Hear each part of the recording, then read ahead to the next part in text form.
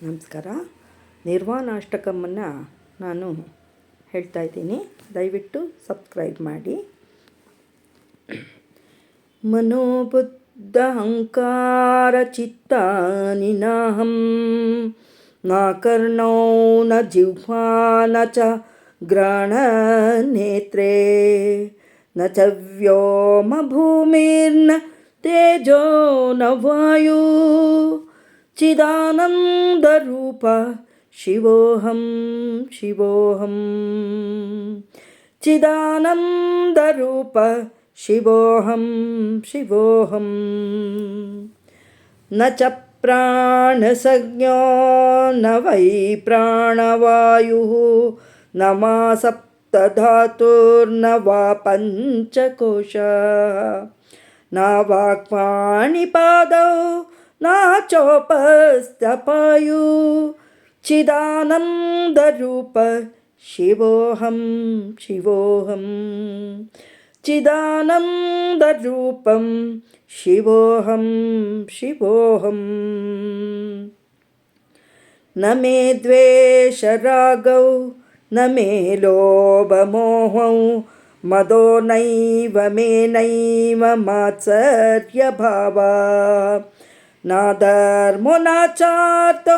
ನ ಕಾಮೋ ನ ಮೋಕ್ಷಃ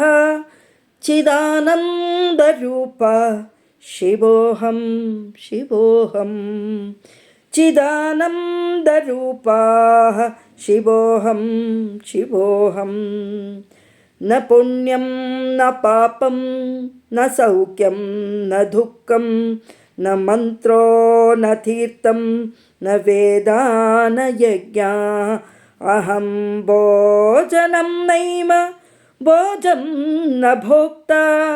ಚಿದಾನಂದರೂಪಂ ಶಿವೋಹಂ ಶಿವೋಹಂ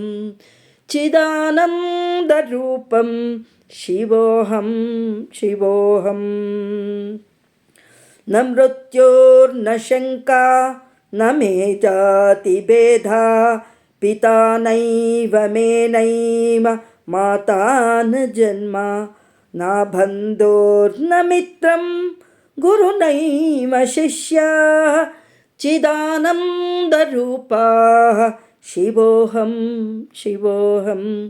ಚಿದಾನಂದರೂಪ ಶಿವೋಹಂ ಶಿವೋಹಂ ಅಹಂ ನಿರ್ವಿಕಲ್ಪೋ ನಿರಾಕಾರರೂಪೋ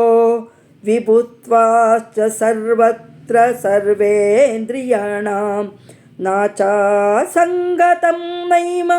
ಮುಕ್ತೇನ ಬಂಧಃ ಚಿದಾನಂದರೂಪಂ ಶಿವೋಹಂ ಶಿವೋಹಂ ಚಿದಾನಂದರೂಪಂ ಶಿವೋಹಂ ಶಿವೋಹಂ